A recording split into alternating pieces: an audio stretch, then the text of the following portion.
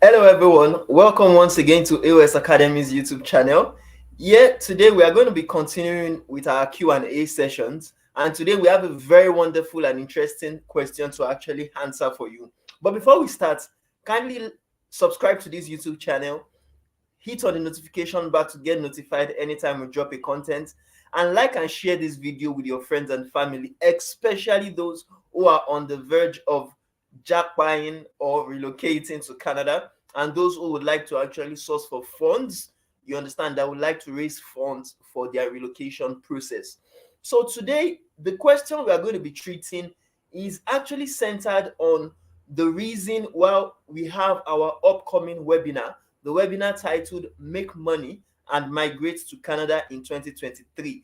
And it will shock you that that webinar is actually going to be organized tomorrow exactly Saturday the 18th of February 2023. So we are going to be having the webinar live, but you can also subscribe to the platform YouTube and also register yourself for the webinar so that you can get our discount and our bonuses, our special offer for you as you actually sign up for it. So I'll be sharing the link onto this platform so that you as well could go and quickly register yourself for that particular event. It's going to really be mind-blowing and you'll definitely enjoy it.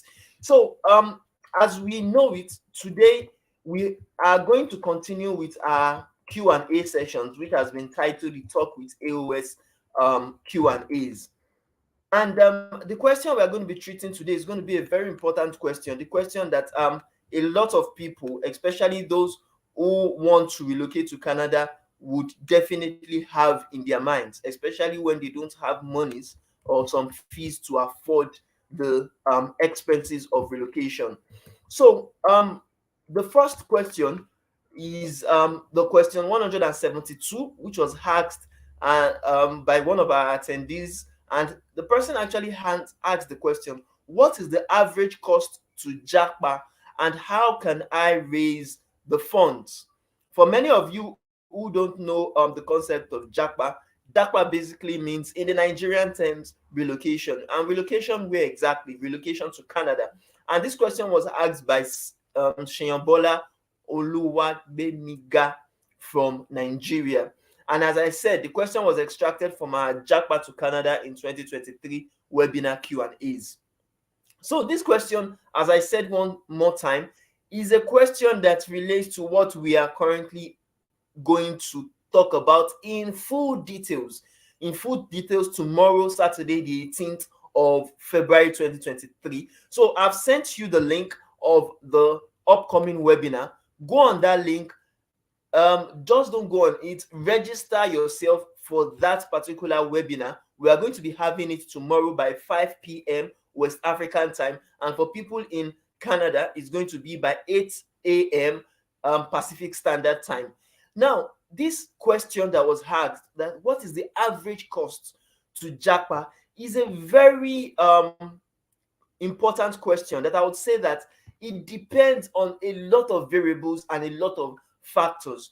If you want to relocate to Canada, you have to look at factors like the type of visa that you are applying for. You also have to look at the distance from where you are to where you want to be. For people that are basically in US, it is going to be very much easier because US and Canada share the same border. So if they are relocating, they will not really spend much on, you understand, the cost of transportation. But also, you have to look at the cost of living in the particular province you are moving to. If you are moving to a province that is very, very competitive in terms of how the accommodation is, you would spend more. If you are staying in the city area, not in the suburbs, you would actually spend more. And the services you would require to relocate from your own home country to Canada would also depend on, you understand, a lot of, would also affect the money that you are going to spend. So basically, if I'm to talk about it, the potential expenses that you need to consider is, first of all, the application fees.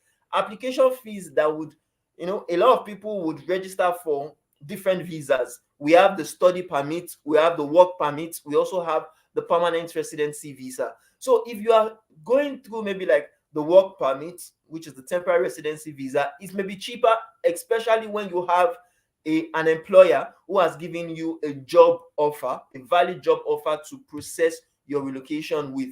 So as a result of that, you are not going to spend on actually the proof of funds in most scenarios if you already have a valid job offer, and you won't spend on all other, you understand, minor expenses that the employer is going to spend on his or her own. But if you are relocating through maybe the study permit, or you are relocating through permanent residency, especially like express entry or provincial nominee program, then you may need to expend some fees on the application. And let me give you a particular scenario. If you are working on Ontario Immigrant Nominee Program, the Ontario PNP, Provincial Nominee Program, you would have to spend on the application fee, which is most likely the most expensive application fee for a particular province. You will spend an application fee about 1,500 Canadian dollars, you understand, for the application fee for that provincial nominee program. And as at the last time we did it for one of our applicants, the person spent roughly 1 million naira in Nigerian naira because of the black market rate to convert his own money for that application fee for that particular purpose, the OINMP. Now, the fact you paid for the application fee of Ontario doesn't mean you are not still going to pay for that of the federal government when you finally get selected. Let's say, for instance, you were approved by the Ontario Immigrant Nominee Program, you will still have to pay some certain application fees for the federal government application for permanent residency. Do you understand? Because they are separate bodies. The provincial government is separate from the federal government of Canada. So you would pay for that. And if you are someone that is bringing along family members,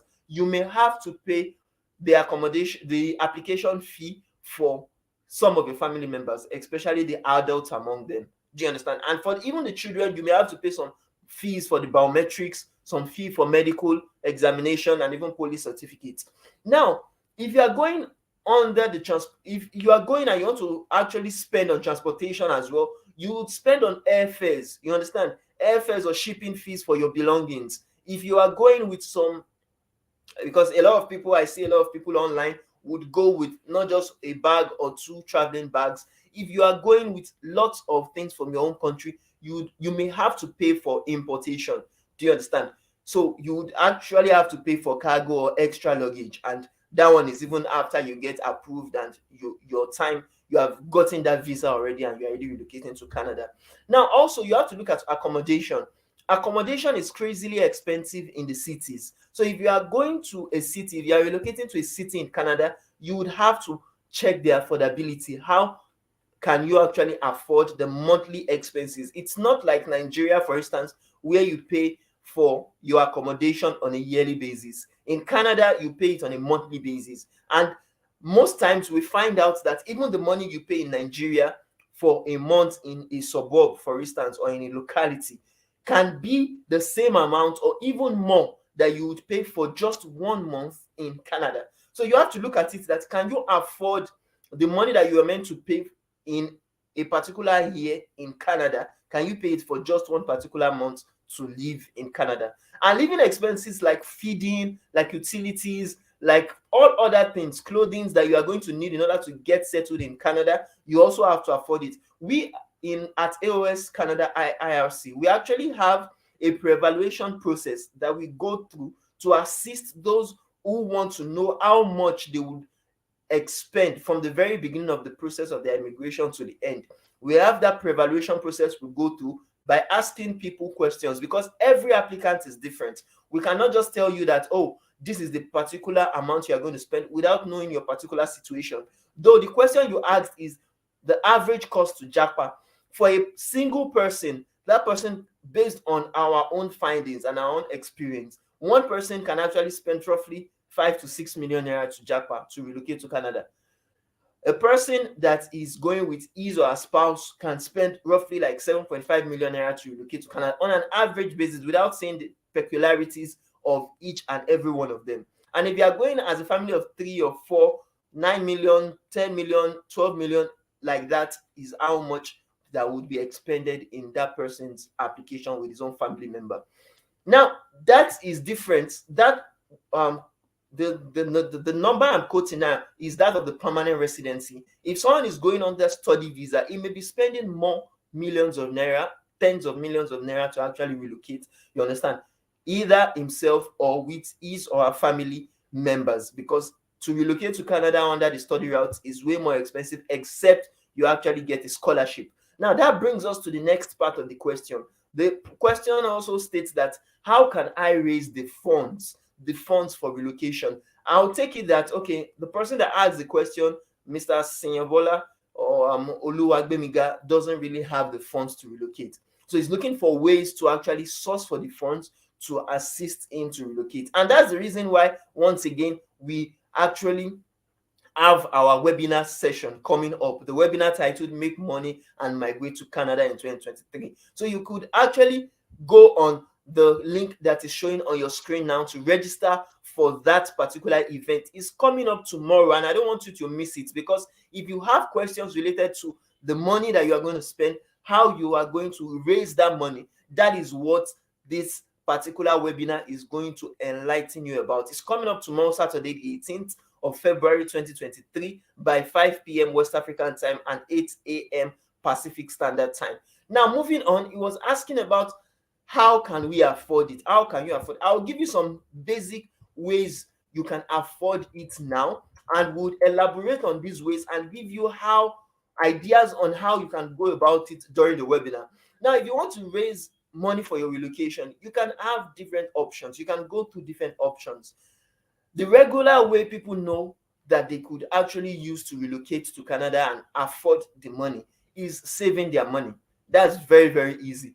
If you have enough of time, if you are not in rush to actually relocate at like almost immediately, and even if you are in rush and you have had some amount saved before, then you can start not just saving a portion of your income specifically for relocation expenses, but also creating a budget that, okay, this is the amount I have, this is the amount I will expend, and you have to identify the areas whereby you would need to cut down on expenses, because definitely your savings will not be most likely up to millions of naira. So you have to look at the ones you will pay for, the one you will not pay for, the one you could do yourself, the one you will get another person or another third party to do for you. Now, also, if you want to raise money, you can raise money by working. Do you understand? While you are studying. And a lot of people, diverse people from different backgrounds, do this. If you are relocating to Canada under the study route, for instance, you can actually be working while you are studying. You understand? So you would be an international student that has gotten the open work permit or the employer specific work permit that allows you to not just study, but also get eligible to work part-time while you are an international student. And this can help you to earn some extra income to cover your living expenses, even though it might not necessarily cover your tuition fees, as most people thought it would. Now, also, you could go through the concept of crowdfunding. A lot of people, especially when they are moving to Canada, to the UK, to US, they do this most times. It's just that it is not always in an official setting. It is not that you go to GoFundMe or you go to those kind of platforms to do, but some people do it. And how do they do it? They actually reach out to their network for financial support. They reach out to their families, to their friends, for those that can actually lend them some particular money. And when they get there, you understand, they would pay back. Or even if it is a gift that they would actually collect, you understand, as a result of that, they would have to show maybe like a gift deed for the proof of funds and things like that that they collect from their family members and relatives and friends.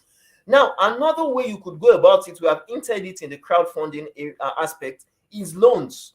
If you are someone that like to just have and not actually disturb your family members or your friends for it, you could go through that route. You could go and meet microfinance banks or regular banks in Nigeria or any other place that you have, and inform them about your quest to relocate.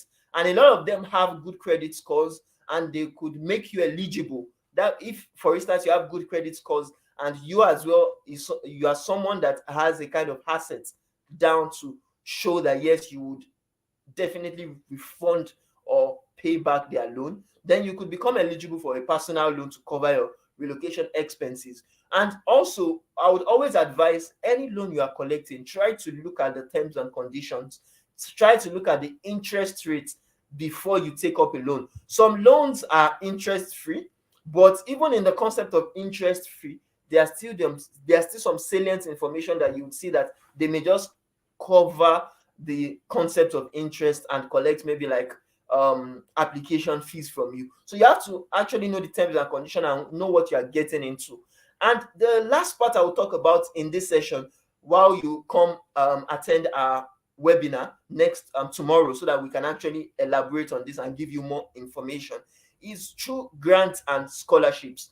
If you are someone that is relocating to Canada as an international student again, there are lots of organizations and institutions that would offer you grants, that would offer you scholarships based on if you are going as an international student or you are going as a permanent resident or maybe even a resident of the UK or the US. There are some opportunities that you could actually get from some of those non-profit organizations that would cover the cost of your studying and even sometimes will cover the cost of living in Canada. So you can research and apply for some of these opportunities so that you get opportunity to get, you understand, some funds to support your relocation process.